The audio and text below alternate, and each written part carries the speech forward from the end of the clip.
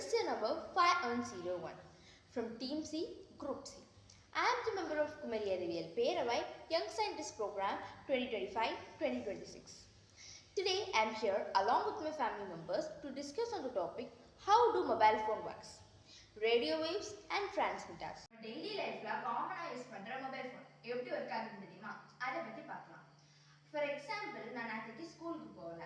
இன்னைக்கு எனக்கு நேத்துக்கு கிளாஸ்ல நடந்த விஷயங்கள் எல்லாமே தெரியணும். அதுக்கு நான் என்னோட ஃப்ரெண்டுக்கு கால் பண்றேன்.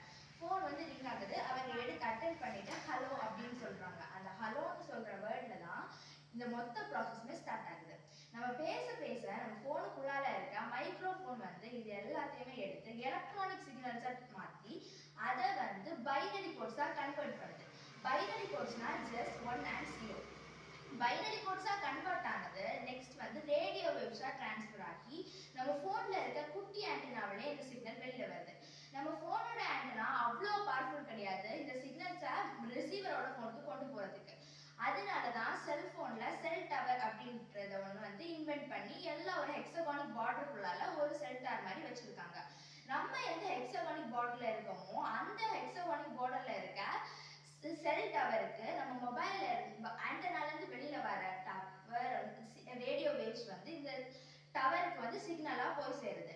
அதுக்கப்புறமா எலக்ட்ரோ மேக்னெட்டிக் வேவ்ஸா அது ரிசீவரோட ஹெக்ஸகானிக் பார்டருக்குள்ளால இருக்க செல் டவருக்கு போய் ரீச் ஆகி அந்த செல் டவர்ல இருந்து மொபைலுக்கு சிக்னலா ரீச் ஆகி நம்மளோட ரிசீவர் போன் எடுத்து பேசுறாங்க.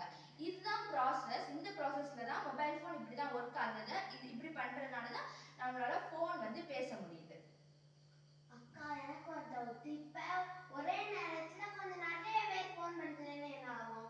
ஒரே பர்சனுக்கா இல்ல வேற வேற வேற அது வந்து ரொம்பவே காமனா நடக்கிறதா. இது எல்லாமே மேனேஜ் பண்ற மாதிரி தான் நம்மளோட செல்போன் டவர் வந்து பிளான் பண்ணி பண்ணியிருக்காங்க.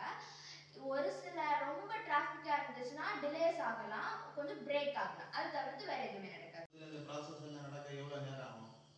இந்த ப்ராசஸ் வந்து நடக்கிறதுக்கு ஒரு ஃப்ராக்ஷன் ஆஃப் செகண்ட்ஸ் போதும். இந்த மொத்த ப்ராசஸ்மே வந்து நடந்துடும். ஐ திங்க் உங்களுக்கு அண்டர்ஸ்டாண்ட் ஆயிருக்கும் மொபைல் ஃபோன் எப்படி ஒர்க் ஆகுதுன்னு. I thank Kumari Arivial Peravai for giving me this wonderful opportunity. Once again, thank you.